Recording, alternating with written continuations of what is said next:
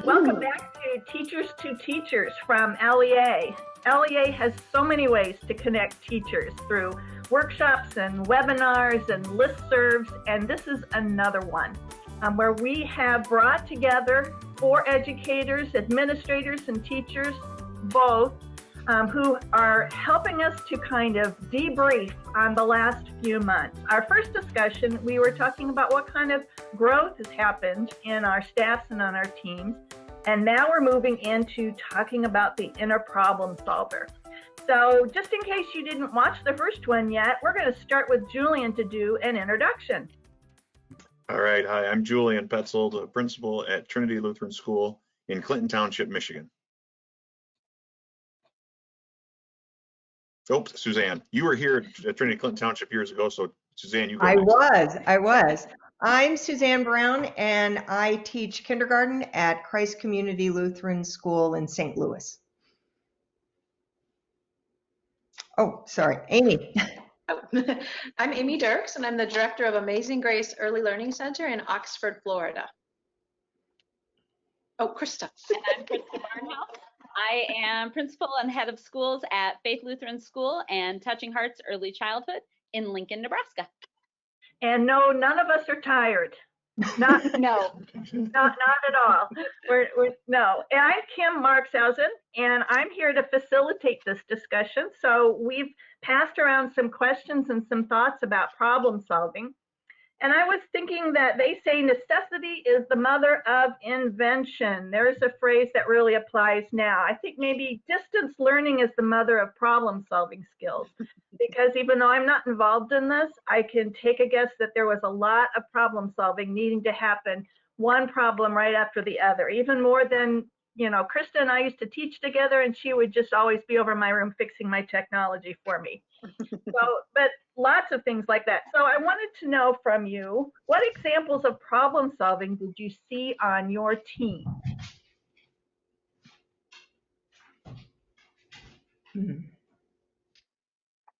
nobody wants to probably the first one was just using all the different pieces of technology. I mean, because if you didn't, the one family had this, another family had that, and then you gave an assignment on this using this, and trying to pull all those parts together and trying to figure it out.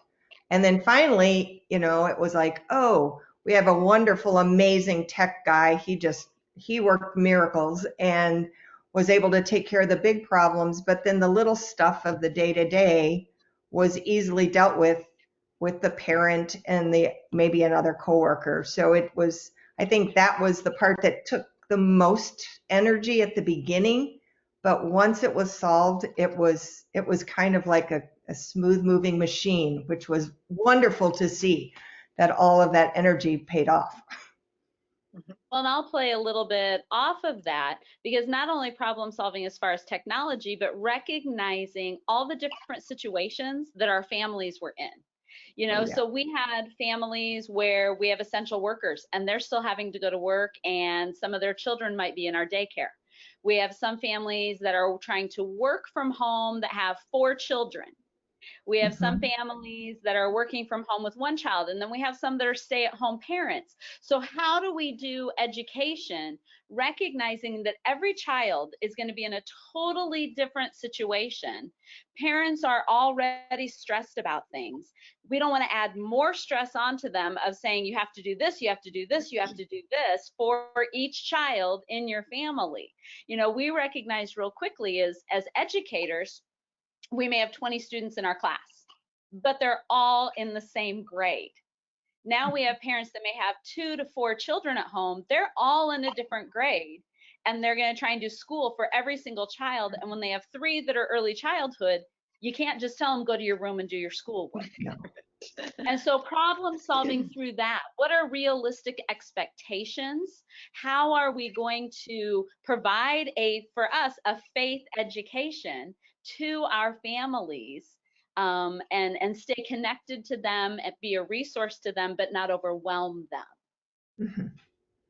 You know, Krista, when we started that whole thing, we were very concerned about overwhelming families, because that's, you know, right, everybody got overwhelmed suddenly and all this is happening.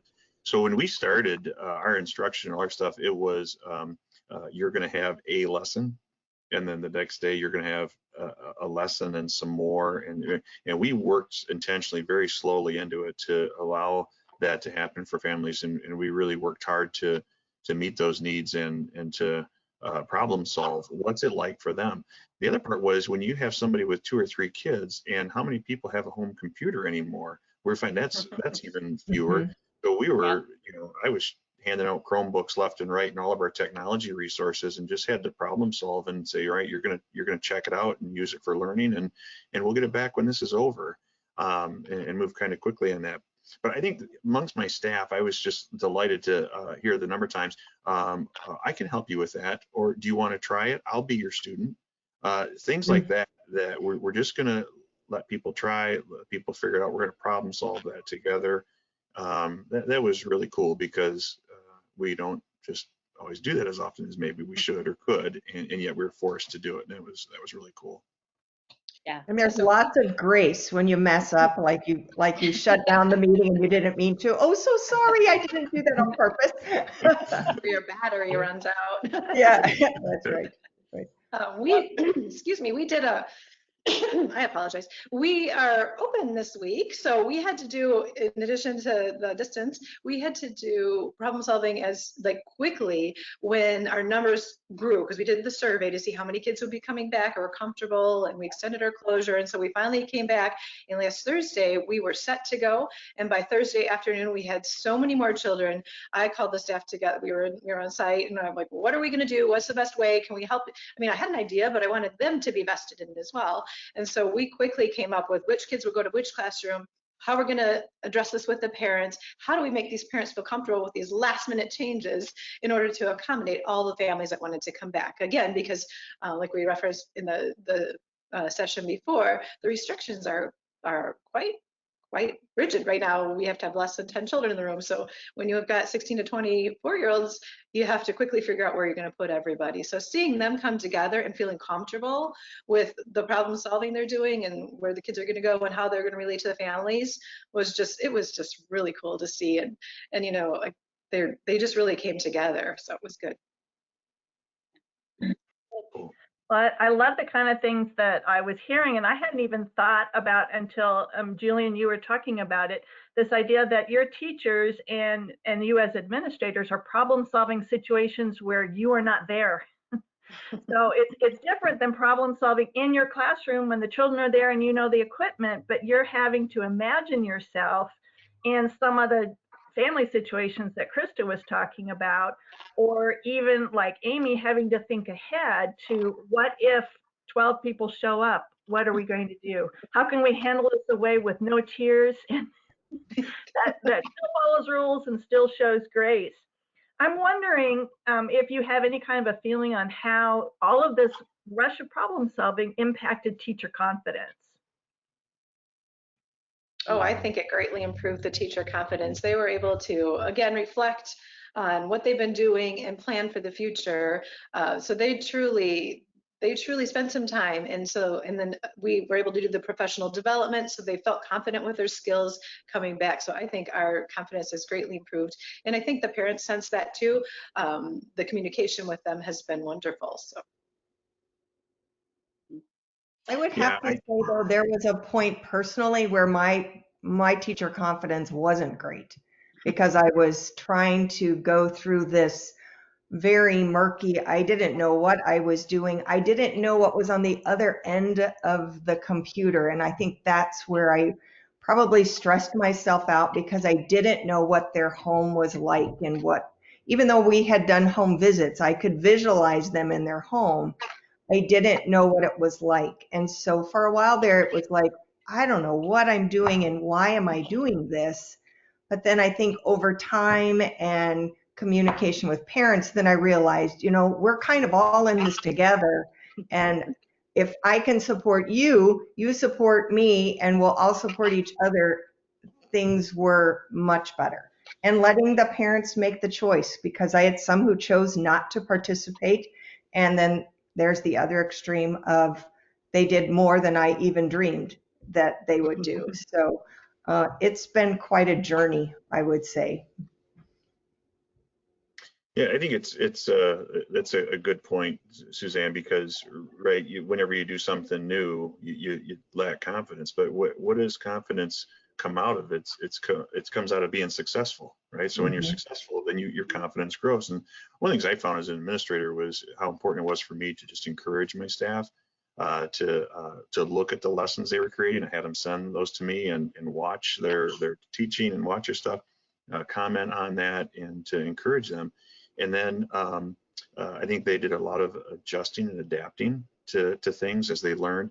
And I think it was over time that their confidence really seemed to grow. And then they really kind of took off and enjoyed this whole process of learning, growing, and although very hard, very difficult and time consuming and many hours and all that stuff. So yeah, I totally get what you're talking about, Suzanne. And yet I think confidence did come with some success doing it over the course of time.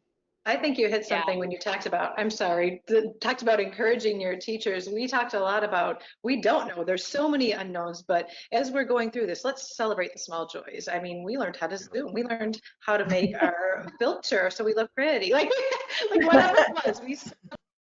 In the previous session, it's okay to fail because that's how we learn, right? So, okay, sorry. Yep. And I think part of what helped, like Julian said, that was part of what my role was just to walk alongside the educators and to build them up. And as they started to get feedback, they're getting texts, they're getting photos of students doing some of the work, they're getting videos, they're getting all kinds of things. And as they saw our students happy, we saw them healthy. We saw what they were doing in their homes, that what we were sending was effective, that they were still learning. Those kinds of things helped with that confidence to grow over time, and I still love it, when they pop into my office and they're like, hey, I'm thinking about doing this. Okay, let's talk about this and let's bounce some ideas off. And then they go off and they're super excited, for whatever it may be that they want to share with their children. In next week's lessons or whatever. And so seeing that confidence grow, because it was really hard those first few days, trying to wrap your head around, how am I going to do education? And the morning that really kind of came along in the, I don't know if I'm going to get to see my kiddos for the rest of the school year in the classroom, which we were not able to do. Our school year is over. And so having them find ways to connect with families was huge in that confidence, and the feedback that we got from families was just tremendous. Yeah, Julian, you talked about how we gain confidence from being successful, and it's really a little bit deeper than that. We gain confidence from being successful at something that's hard. And that's a new understanding of that, because years ago we thought if we could just create little successes for children, then they would become confident. But now we know, and so here we have this group of teachers who've done something really hard and found successes, whether it's a little success or whether it's a big one. So I'm wondering, is that going to change the way you problem solve next year? Maybe it will. Maybe it's going to change your staff meetings again. It might change some teaching again too, because when we were talking to teachers, they were talking about how excited they were that their kids were solving problems instead of asking them. So these were 4th and 5th graders who were solving their own problems instead of coming to the teacher. So it's going to shake things up. Well, I want to thank the 4 of you for agreeing to meet with us. You've shared some wonderful things that I hope will prove to be encouragement for other administrators and teachers as they listen to this. And we want a big thank you for LEA too for putting this on. LEA has lots of great resources. You just have to go to their website and check it out. And if you're not a member, please consider joining. Thank you.